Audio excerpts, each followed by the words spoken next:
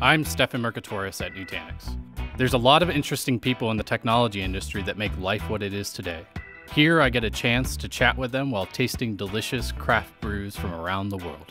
This is Beers with Engineers. Today my guest is Brad Gough, Global Technical Enablement Engineer. So we're here at Clouds Brewing. I'm here with Brad Gough, who's a Global Technical Enablement Engineer at Nutanix. So I guess to start off with Brad, well, do you want to talk about yourself at all? Well, I mean, yeah, sure, we can. Well, here,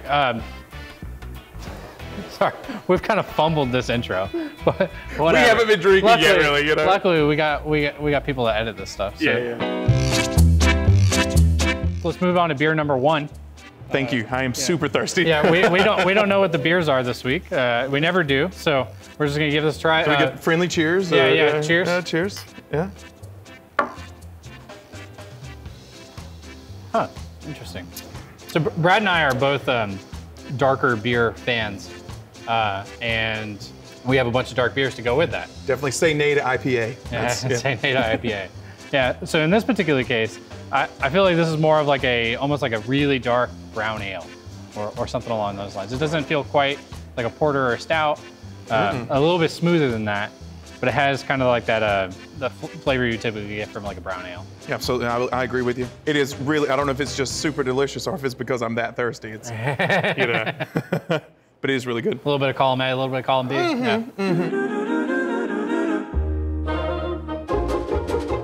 What's something that's going on in technology that you're particularly excited about? So like you said, I'm a global technical enablement engineer, but I'm a data protection architect. That's kind of my specialty here at Nutanix. What does that really entail? So basically I cover backups, DR, and replication topologies. Also replication architectures like different DMAs or data management applications, Commvault, Veeam, Zerto, Haiku, those types of things. Okay. How does Nutanix kind of fit into that whole thing? Obviously, Nutanix has data protection features, but like you're a data protection architect, a lot of experience with Commvault, but how does that fit into the whole Nutanix picture? Some features that you would like, you know, from the file level, right? We can do application consistent and crash consistent snapshots natively, but we'll do it through protection domains, and we'll group those together, and then we replicate through a protection domain, right? So if you're using a DMA, it kind of gives you more data lifecycle management versus just snapshots and replication. A lot of people don't want to just do snapshotting. You know, snapshotting from a long-term perspective can be a little more complicated versus archiving and streaming your backups. Okay, makes sense. Anything in the new release that you're particularly excied about? Well, not to you know, be super Nutanix-y, but anything in particular? So data protection architect in me is screaming for a few things. The 1-minute RPO that we're about to be able to do with our snapshots is going to be really nice. Okay. So that's something that our clients have been asking for a while now, so super stoked for that. That takes our RPO down from 60 minutes to 1 minute, which is a huge, huge, huge difference.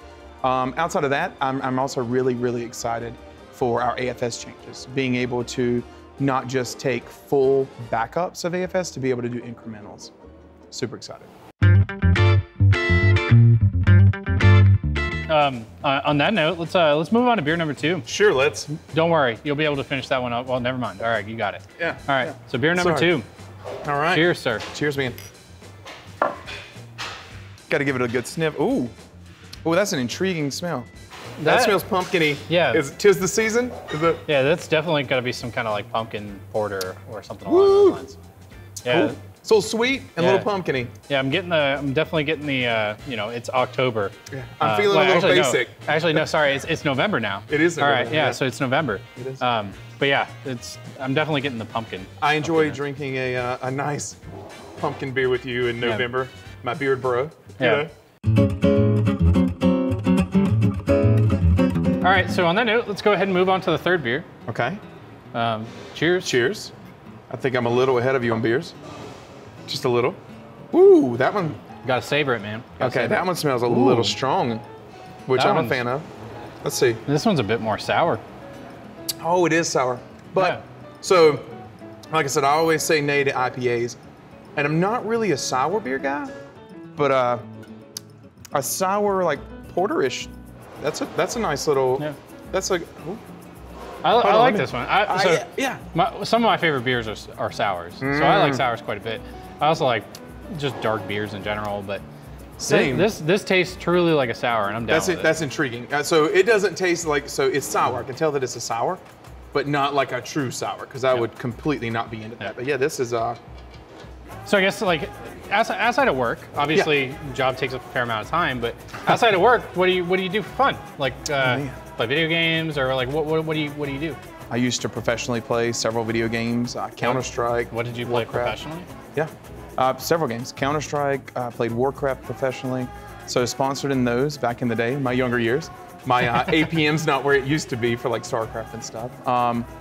Recently been playing a good bit of Overwatch, and I picked up Destiny, but haven't had the opportunity to play yet. So I'm one of those people that if I find an interest in something, I'm gonna do it, okay? So I have, outside of gaming and that kind of stuff, I've got an IMDb page. So An IMDb page. absolutely, yeah, you're sitting in front of greatness right now. I'm kidding. But no, I actually do have an IMDb page. I was a zombie in a zombie movie, which was a lot of fun to do. Like a named zombie, or like a zombie in the crowd of zombies? Like a named zombie, yeah. Okay, Yeah. I mean, they don't really name them, but yeah, Yeah. it was more than just like Yeah, but you were like cast for the zombie role, Exactly, not just yeah. like a list of extras Yeah. showing up for The Walking Dead. So, I got an IMDb credit, right? Yeah. So you have to get, Yeah. So What was the zombie film? the zombie film was called One Last Sunset. Yep. How'd it do? I'm not sure. I've actually never watched it. I had but to yeah, ask. it's one of those. Yeah, let's go figure out what these were. So this one was the kind of like the more brown ale. It even is, you can kind of see through it a bit more than the others. I was bad and drank all mine. I had to get a refill, but camera tricks. It's a camera trick when you expose it. Yeah, fair. All right. So number one was from Clouds Brewing. Say this right. I want Is- you to say this right though. Sweet potato. Tater. Sweet tater. Okay. Sweet potato porter, and it's 6.2 ABV. Nice. So- It's a pretty, I mean, not super strong, but it was a little stronger than it tastes. But I like it. It's good. I also liked it. This might have been my favorite of the three. This is like a good everyday beer for me. Okay. I felt like. Fair enough. So let's move on to the second beer. Yep. I have a lot of this one left. Not that I hated it.